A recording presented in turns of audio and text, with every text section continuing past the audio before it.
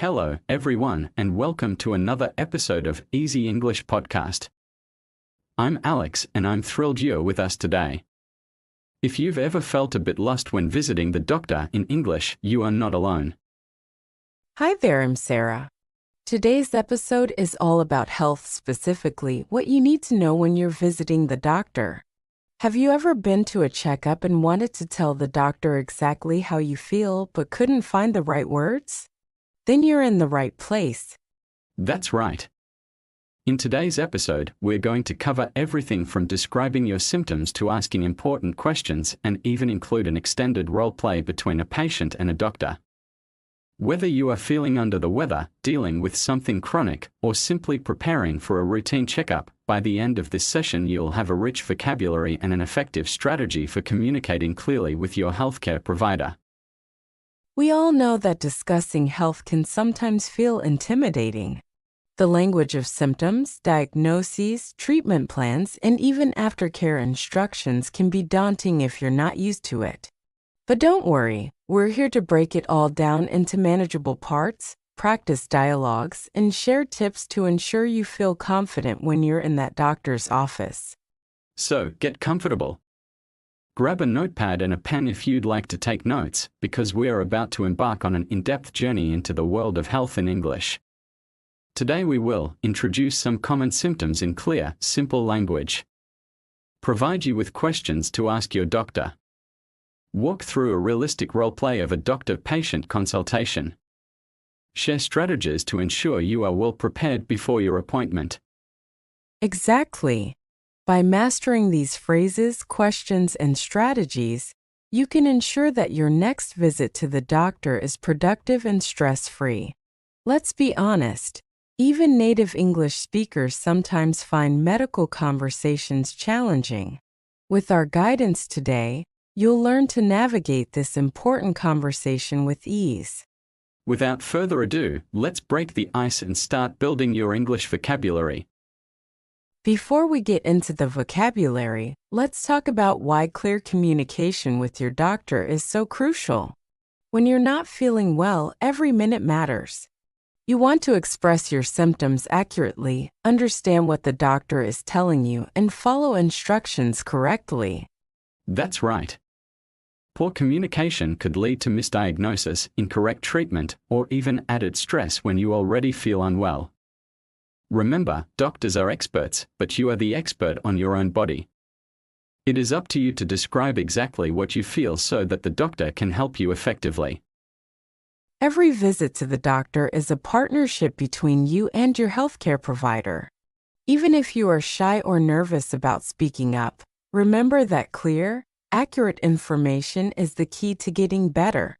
Whether it's explaining that you have a persistent headache, or that you feel dizzy every morning, your words matter. Exactly. And sometimes, cultural or language barriers can add an extra layer of difficulty. That's why today's episode is so important for non-native speakers, as well as for anyone who might feel intimidated by medical language. We want to empower you to be proactive in your own healthcare. During our discussion, we'll share common phrases and vocabulary that are used in most doctor-patient interactions. We'll also explore some useful questions you should ask, ensuring that you leave your appointment with a full understanding of your health. So whether you're preparing for an annual checkup, visiting the doctor because you're feeling unwell, or even helping someone else who doesn't speak English fluently, this episode is designed to help you navigate every step of the doctor's visit with confidence. Let's now move on to the most important part, building the vocabulary you need to accurately describe your symptoms. When visiting a doctor, the first thing you need to be able to do is discuss your symptoms clearly. Let's start with some basic vocabulary. I'll list a symptom and explain how you might use it in a sentence. Let's start with some standard physical symptoms. You might say, I have a fever, or I've been running a fever since last night. You can describe it further. My temperature is high, or I feel very hot. I have a cough is simple, but you can elaborate, saying my cough is dry, or I have a persistent, hacking cough. I have a headache is a start. You might specify, I have a throbbing headache, or my head hurts, especially around the temples. My throat is sore, or I feel pain when I swallow, are useful expressions. I have a stomachache, or I feel an ache in my stomach. You can also say, I have abdominal pain if it is more severe. I feel nauseous, or I've been feeling sick to my stomach. You can mention if you feel like you might vomit. I'm feeling dizzy, or I have episodes of lightheadedness. I feel extremely tired, or I'm experiencing persistent fatigue. You might also use the term exhausted to emphasize how drained you feel. My muscles ache, or I'm experiencing muscle pain, particularly if you think it's related to a viral infection or strenuous activity. These are great starters. When describing symptoms, you can also add adjectives like mild, severe, intermittent, or constant. For example, I have a mild cough, or I'm experiencing severe headache pain. It is important to mention how long you've had these symptoms. You might say, I've had this cough for 3 days. My headache started this morning. I have been feeling extremely tired for the past week. The dizziness comes on every time I stand up. Using time expressions makes a huge difference in helping your doctor understand your situation. Statements like since yesterday, for about a week, or occasionally during the day are key. In addition to the basics, you may need to describe sensations. I feel a sharp pain in my chest. There is a dull ache in my lower back. I have a burning sensation in my throat. I experience stabbing pains in my abdomen. Using these adjectives can help pinpoint the cause.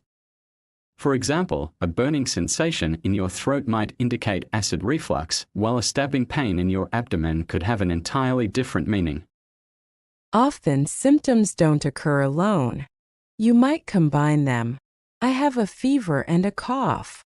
For the past 3 days, I have been experiencing a sore throat, headache, and fatigue. I feel nauseous and dizzy, especially when I stand up. The more details you can provide, the easier it will be for the doctor to make a proper diagnosis. Remember, clarity is key when it comes to explaining your illness. Here are some full sentences you could use during your appointment. I've been experiencing a high fever and a persistent cough since last night. I feel exhausted almost every day and have a mild headache that won't go away. I have a sharp pain in my lower abdomen that started this morning. Lately, I've been feeling nauseous and lightheaded after meals. Practice saying these aloud and try to vary your vocabulary so that you can adapt to any situation. The more you rehearse describing your symptoms, the more natural it will become when you're actually at the doctor's office. Now that we've covered how to describe your symptoms, the next step is knowing which questions to ask. In a doctor's appointment, you should feel free to ask questions to understand your condition better and to get clear instructions for treatment. Some essential questions to ask include, what do you think is causing my symptoms? Do I need any tests or x-rays to diagnose my condition? How is my condition going to affect my daily routine? Is this a serious condition or something minor? These questions help you understand the nature of your illness and what to expect. You're not just a passive recipient of treatment, you're an active participant in your health care. When it comes to treatment, you might ask, what medication are you prescribing and what is it for? How often should I take this medicine? Are there any side effects I should be aware of? Is there an alternative treatment if this doesn't work for me? It's also perfectly acceptable to ask, how long will it take for me to start feeling better? Are there any lifestyle changes you recommend that could help my recovery? Do I need to follow up for additional tests? Don't forget to ask about self-care. What should I do if my symptoms worsen? Are there any activities I should avoid? When should I come back for a follow-up appointment? What signs should I watch out for that might indicate a complication? It's important to remember that your comfort and understanding are paramount. Never hesitate to ask, could you please explain that again? Or, I'm not sure I understand. Can you clarify? Before leaving, always try to summarize what the doctor has told you. So, just to confirm, I should take this medicine 3 times a day, and I'll have a follow-up appointment in 2 weeks. If I start experiencing any new symptoms, should I call the clinic immediately? In other words, it's perfectly acceptable and highly recommended to repeat back what you've heard to ensure accurate understanding.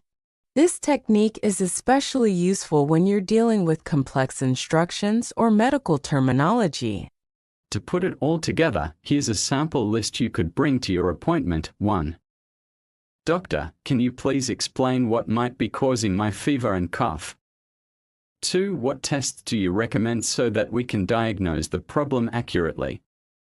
3. What treatment plan do you suggest, and what are the next steps for my recovery? 4. Are there any side effects I should expect from this medication? 5. How should I adjust my daily activities while I'm recovering? By preparing a list of questions like these ahead of time, you ensure that you won't forget to ask important details during your appointment. This preparation will help you feel more confident and in control of your health care. Before you head into a doctor's appointment, preparation is key. Here are some practical tips to help you feel more confident and ready to communicate clearly about your health. Tip number 1, write down your symptoms. On a piece of paper or in your phone, list out everything you're experiencing, along with how long you've had it and how severe it is. This ensures you won't forget an important detail. Tip number 2, prepare your questions. Bring a list of the questions we discussed in the previous segment so that you can ask them during your appointment. It might seem overwhelming in the moment, but having a written list helps ease anxiety. Tip number 3, practice your vocabulary. Before your visit, practice saying the symptom descriptions and questions out loud. Try recording yourself or practicing with a friend. The more you practice, the more natural it will feel during the actual appointment. Tip number 4, bring someone with you if possible. A friend or family member can help take notes, remember instructions, and provide moral support during the visit. They might also ask additional questions that come naturally to you but you might forget in the moment. And tip number 5, don't hesitate to ask for clarification. If your doctor uses medical jargon, say, "I'm not familiar with that term. Could you please explain what it means?" Your health is the priority here, and you deserve to fully understand your diagnosis and treatment plan.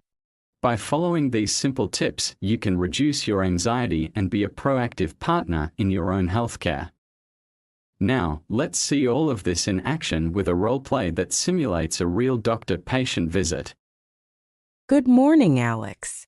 I'm Dr. Emily Carter. What brings you in today? Good morning, doctor. I've been feeling under the weather for the last few days and wanted to get some help. I have a headache, a constant cough, and I think I might have a fever. I'm sorry to hear that. Let's go step by step. Can you tell me when you first started noticing these symptoms? I started feeling a bit off about 4 days ago.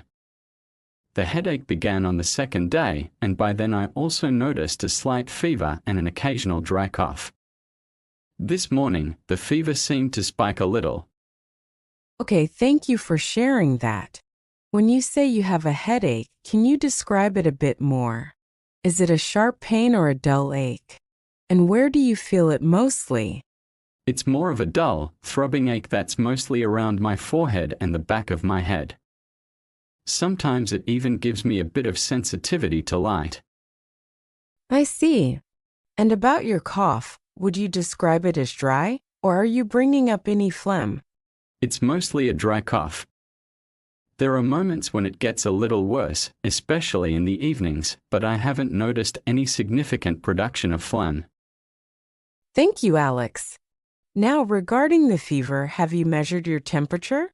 How high has it gotten? Yes, I checked at home. It's usually around 100.5 degrees Fahrenheit, sometimes a little higher in the morning. I would call it a low-grade fever. All right. In addition to these symptoms, have you experienced any shortness of breath, chest pain, nausea, or dizziness? I do feel a bit dizzy sometimes when I stand up too quickly, but I haven't experienced any chest pain or severe shortness of breath. I do feel a little nauseous occasionally, especially after coughing a lot. Thank you for all these details. Based on what you've described, a headache, a low-grade fever, and a dry cough along with slight dizziness, I'd like to run a couple of tests today, including a basic blood test and possibly a respiratory examination, just to rule out any infections. That sounds like a good plan. Do you think it might be something like the flu or a mild respiratory infection? It's possible. It could be a common viral infection such as the flu or even a mild form of bronchitis. However, we need test results to be sure. In the meantime, I'd like you to get plenty of rest, drink lots of fluids, and you can take an over-the-counter pain reliever to manage the headache and fever. I'll also prescribe a cough suppressant if the cough becomes too bothersome. Thank you, doctor. Could you explain how long I might expect to be unwell and what signs I should watch for that might indicate I need to come back sooner? Certainly. If your symptoms are due to a viral infection, you'll likely start to feel better within a week. However, if you notice that your fever is rising significantly, if you develop chest pain, or if you start having difficulty breathing, please come back immediately. Also, if the cough transforms into a productive one with greenish or yellow mucus, that might be a sign of a secondary infection that needs further treatment. Thank you, doctor. Could you explain how long I might expect to be unwell and what signs I should watch for that might indicate I need to come back sooner? I'm prescribing a cough suppressant that you should take every 6 hours as needed, but do not exceed the recommended dosage on the package. I will also provide you with a leaflet that explains the correct dosage and possible side effects. If you notice any adverse reactions, please stop taking it and contact us immediately. I appreciate that, doctor. I also wanted to ask about whether I should avoid certain activities while I'm recovering. For instance, should I refrain from exercise or any specific kind of diet? Good question. While you're recovering, I recommend that you avoid strenuous physical activities until your fever and cough subside. It's important to let your body rest and recover. As for your diet, stick to light, easily digestible foods and try to include plenty of fruits, vegetables, and fluids. Avoid foods that are too heavy or spicy as they might upset your stomach further. That makes sense. And how about follow-up care? Should I schedule another appointment even if I start feeling better? Yes, I would like you to come back in about a week for a follow-up appointment. This will allow us to review your test results and ensure that your symptoms have resolved. If everything is normal, you can then resume your regular activities. However, if your symptoms persist, we'll need to conduct further tests. Thank you so much for your thorough explanation. I feel much more at ease knowing what to expect and what steps I need to take. You're very welcome, Alex. Keeping open communication is key to effective treatment. Do you have any other questions or concerns before we finish today's consultation? Not at the moment, doctor. I'll follow your advice and take the prescribed medications. I'll also be sure to rest and drink plenty of water. Great. I'll have my nurse schedule your tests and the follow-up appointment. Take care, and I hope you feel better soon. Thank you, doctor. I appreciate your help. That role-play was a detailed example of a doctor-patient consultation. Notice how Alex, as the patient, was encouraged to describe his symptoms clearly and provide specific details, while I, as the doctor, asked clarifying questions and explained the next steps thoroughly. Yes, and it also shows the importance of asking questions. As patients, we have every right to ask for explanations about our treatment, the dosage of medications, and any precautions we need to take. The more we ask, the better we understand our own health. It's crucial to summarize at the end of the consultation, too. Repeating back what the doctor has said, like confirming the dosage or the timeline for follow-up appointments, helps ensure that nothing is misunderstood. This is an excellent practice for anyone visiting a doctor in English. And don't forget to mention that it's okay to ask for clarification if something isn't clear. Phrases like, "Could you explain that again?" or "I'm not sure I understand, can you tell me more?" are very useful. Exactly. Building a good rapport with your healthcare provider through clear communication not only leads to better care, it also makes the experience less stressful. Now, let's move on to some additional tips and vocabulary to further enhance your discussions with doctors. In addition to the common symptoms we've already discussed, there are a few more medical terms and descriptions that can be valuable during a visit. Sometimes, patients experience symptoms that require more detailed descriptions. For example, instead of simply saying, "I can't breathe well," you might say, "I experience shortness of breath when I exert myself," or "I feel like I'm not getting enough air, especially when I walk upstairs. I feel like my heart is racing or skipping beats. My ankles or legs are swollen and feel heavy. I experience a sensation of tightness in my chest. I'm having chills along with my fever." Or, "I feel cold despite the warm temperature. My muscles are very sore, almost like I've been exercising too hard." It's also useful to know adjectives that describe symptom intensity. For example, mild or moderate versus severe. Intermittent means that the symptom comes and goes. Persistent indicates that it is constant. Acute suggests that it has appeared suddenly and is intense, while chronic implies a long-term problem. Using these adjectives can provide your doctor with a clearer picture. For instance, "I have a persistent headache that has been moderately painful for the past few days," gives them a better guide than just saying, "I have a headache." Sometimes your doctor may suggest additional tests to determine the cause of your symptoms. It's important to know how to ask about these tests. You might say, "What kind of tests will you be running? Is there any preparation required for these tests? How long will it take to get the results? What will the tests help us determine?" If the doctor suggests a blood test, you could ask, "Do I need to fast before the test?" Or, "How soon can I expect the results?" This helps set your expectations and reduces any uncertainty you might have. Pain is one of the most important symptoms to describe accurately. You could say, "I have a sharp pain in my stomach." The pain is constant, or it comes in waves. It worsens when I apply pressure. There's a burning sensation in my stomach. Don't hesitate to rate your pain on a scale from 1 to 10, as some doctors ask on a scale of 1 to 10, "How severe is your pain?" This rating system can help your doctor decide on the urgency of your treatment. The right words can make a big difference in your diagnosis. Practice these phrases until they feel natural.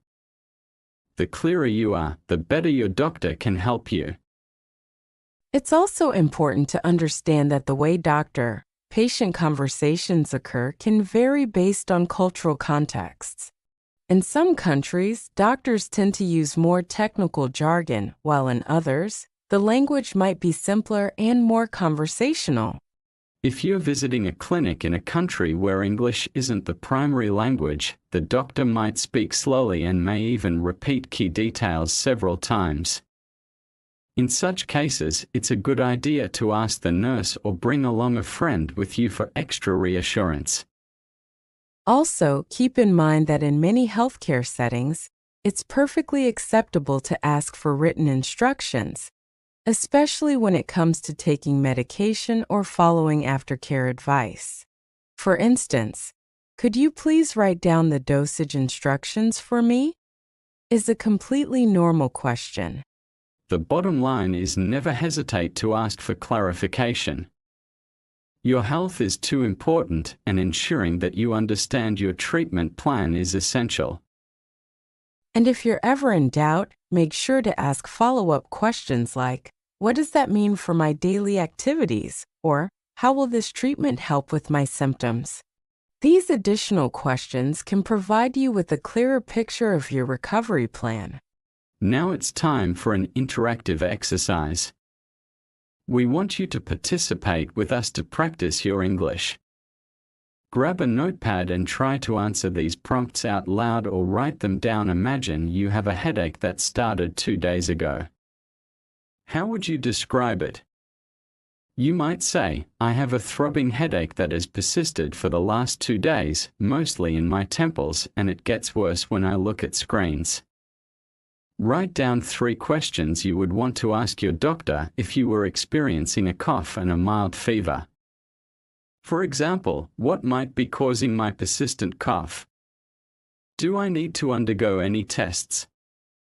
How long should I expect to take this medication? Imagine you're in the doctor's office. Practice a short role play where you explain that you feel nauseous after coughing. Try to include a complete sentence, such as, I feel nauseous after I cough, and sometimes I feel like I might vomit. Take a few minutes to think about these prompts and practice your responses. The more you practice, the easier it becomes to express yourself, even when you're not feeling well. Remember, these exercises are meant to build your confidence. Even if you're practicing by yourself, each repetition helps reinforce your vocabulary and your ability to communicate clearly with your doctor. Let's now step into another role-play scenario. This time, we'll simulate a follow-up visit where the patient has returned because his symptoms have changed slightly. Alex will again play the patient, and I'll be the doctor. Hello again, Alex. It's good to see you back. How have you been feeling since our last appointment? Hi, doctor. I appreciate you seeing me again. While my fever seems to be gone, my cough has become more persistent, and I've started feeling a slight tightness in my chest when I cough.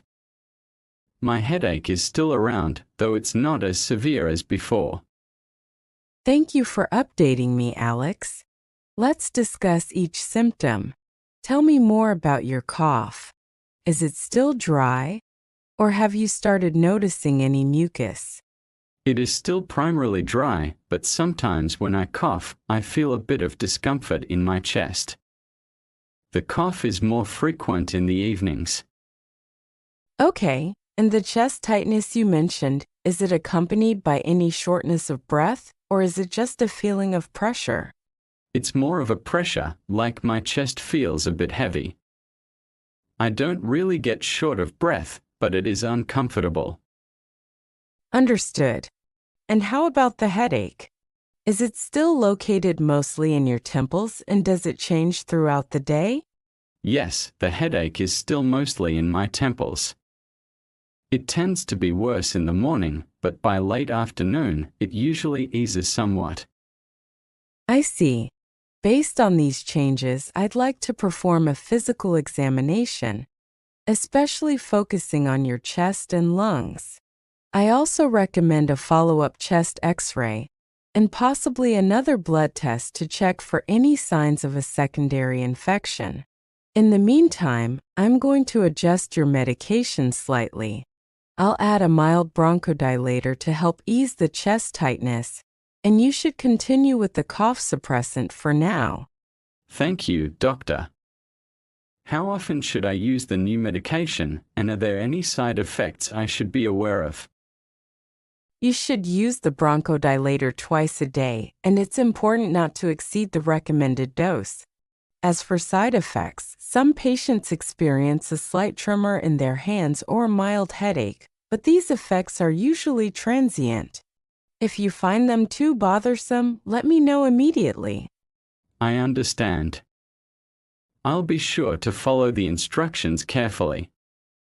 One more question: should I continue with my daily activities as normal, or do I need to rest more? For the next few days, I recommend that you reduce any strenuous activities, especially those that might put additional strain on your chest. Try to rest and allow your body to recover. Gradually, as your symptoms improve, you can return to your normal routine. Also, stay hydrated and keep monitoring your temperature. Thank you, doctor. I feel more reassured now that I understand what to expect. I appreciate your thorough explanation. You're welcome, Alex. Your feedback is very important. I'd like you to come back in a week after the tests, so we can evaluate your progress and adjust your treatment if needed. In the meantime, if you experience any worsening of symptoms, especially difficulty breathing, please call the clinic immediately. I will. Thank you again for all your help, doctor. That was an excellent follow-up consultation. Notice how, as the symptoms evolved, we revisited key questions and adjusted the treatment plan accordingly. Reflecting on your visit with your doctor like this can help you remember what to say and ask during your own appointments. Absolutely. In a real-life scenario, it's vital to keep track of symptom changes and inform your healthcare provider. Remember, effective communication is a two-way street in healthcare. We're now opening up our interactive Q&A segment, where we share questions we've received from our listeners regarding doctor visits in English. Our first question comes from Sarah in Australia. She asks, I often feel nervous about describing my symptoms to my doctor because I'm afraid my English isn't good enough. What advice do you have for someone like me? Great question, Sarah. My advice is to prepare in advance. Write down your symptoms and practice describing them using the vocabulary we've discussed. Also, don't hesitate to ask your doctor to repeat something if you don't understand. Remember, the doctor's main concern is your health, not your perfect grammar. Another question comes from Raj in India. Sometimes I don't know which symptoms are important. How detailed should I be when describing how I feel? It's always better to be detailed. Even if something seems minor to you, it might be significant to your doctor. Describe the timing, the intensity, and any factors that worsen or relieve the symptom. For example, instead of saying, I'm tired, say, I have been feeling extremely fatigued for the past week, and it's especially bad in the mornings. We also received a question from Maria in Spain, who asks, what if I don't understand the doctor's instructions? How should I ask for clarification politely? That's a very important question. You might say, I'm sorry, could you please explain that again in simpler terms? Or, I'm not sure I understood. Can you repeat that, please? It's essential to ensure you fully understand your treatment plan. Asking questions shows you care about your health. Finally, one more question from Thomas in the UK. Should I bring someone with me to a doctor's appointment if I'm not confident in my English? If it makes you feel more comfortable, definitely. A friend or family member who speaks English well can help interpret or take notes. Many clinics even allow you to bring a translator. Just ask ahead of time if that's an option. Thank you to all our listeners for these great questions. Your questions help everyone feel more prepared about their next doctor's visit in English. Now that we've covered the basics and some follow-up questions, let's discuss a few advanced techniques to make your doctor visits even more effective. One advanced tip is practicing echoing. This means repeating key points that your doctor makes to show that you understand. For example, if the doctor says, "Take this medication twice a day after meals," you might reply, "Just to confirm, I should take it after breakfast and dinner." Another technique is to use reflection, where you summarize what you've been told. For example, "So if I understand correctly, with the new medication and plenty of rest, my cough should start improving within a few days?" This not only reassures you, but also alerts the doctor if something was misunderstood. You can also ask for written instructions. Sometimes, even if you think you understood everything, it helps to have a paper copy to refer back to later. Use phrases like, "Would you mind writing down the medication schedule for me?" This simple request can make a big difference. And always remember to confirm the next steps. You might say, "When should I return for a follow-up visit?" Or "Is there a phone number I can call if my symptoms worsen?" These questions underscore your commitment to your own health. By employing these advanced communication techniques, you can transform your doctor's visit into a collaborative and stress-free experience. Healthcare communication can vary depending on where you are in the world. Let's take a few minutes to discuss some cultural nuances when speaking with doctors in English. In many Western countries, the doctor-patient relationship is quite informal.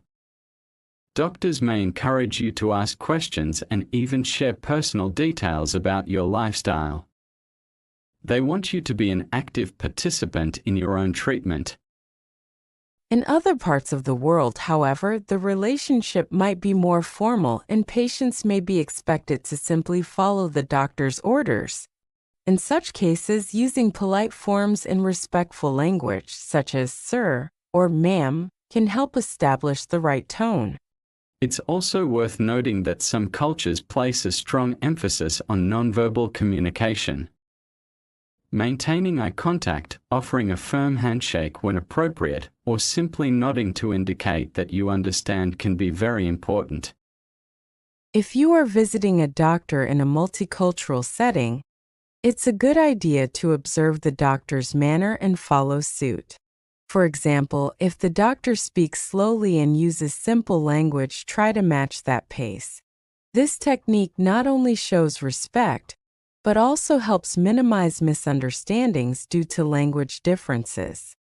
Ultimately, adapting your style of communication to the cultural context of your doctor's office can enhance your overall experience and ensure you get the care you need. Before we wrap up, here are some additional tips that we haven't discussed yet. 1. If possible, bring someone who speaks good English to help you remember details and ask follow-up questions. Point 2. Sometimes drawing a simple diagram of where you feel pain or marking a calendar with when symptoms occur can be very helpful. Point 3. Maintain a daily log of your symptoms when they occur and any triggers you notice. This record can be invaluable during your appointment. Point 4. Never downplay your symptoms. It's essential to be completely honest about what you're experiencing, even if it feels embarrassing. Your health is too important to hold back information. Point 5. If a term or treatment plan isn't clear, ask until you understand. Phrases like, "Could you please explain that again?" are always appropriate. Point 6. Always end the conversation by summarizing. "So, I should take these medications twice daily, and I will return in 1 week for a follow-up, correct?" This helps ensure nothing is misunderstood. By following these tips, you turn your doctor's visit into a constructive conversation, ensuring the best possible care for yourself. Remember that every visit is an opportunity to learn more about your health and your own body. Let's now take a few minutes to recap what we've covered in today's episode on visiting the doctor in English. First, we learned the importance of clear communication in a doctor's appointment. When you're not feeling well, expressing your symptoms accurately is the cornerstone of effective treatment. We then built a comprehensive vocabulary list covering common symptoms like fever, cough, headache, nausea, and more. We talked about how to describe the duration, severity, and nature of these symptoms in detail. Next, we outlined a set of crucial questions to ask your doctor. These included inquiries about the cause of your symptoms, the tests you might need, the appropriate treatment plan, dosage instructions, side effects, and follow-up care. We also discussed practical tips for preparing for your doctor's visit, such as writing down your symptoms, practicing your vocabulary, and even bringing a companion for support. We then illustrated everything we discussed with 2 extended role-play scenarios, a first visit and a follow-up appointment, so you could see how to naturally incorporate these phrases into your conversation with your doctor. Additionally, we touched on advanced communication techniques like echoing and reflecting, and we examined cultural nuances in how medical consultations differ around the world. Finally, we challenged you with interactive exercises and creative challenges to help you practice and master health English. Remember, every conversation and every doctor's visit is an opportunity to improve. Thank you so much for spending this time with us on Easy English Podcast. We hope today's episode has empowered you to take charge of your healthcare communication and feel confident in your next doctor's visit. If you found this episode helpful, please subscribe, leave us a review, and share your own stories or questions about visiting the doctor in English in the comment section. Your feedback and experiences help create a supportive community for everyone. Until next time, take care of your health, keep practicing your English, and remember, if you're ever feeling unwell, you now have the words to talk to your doctor effectively. Goodbye, everyone, and here's to better health and better communication. See you in our next episode of Easy English Podcast.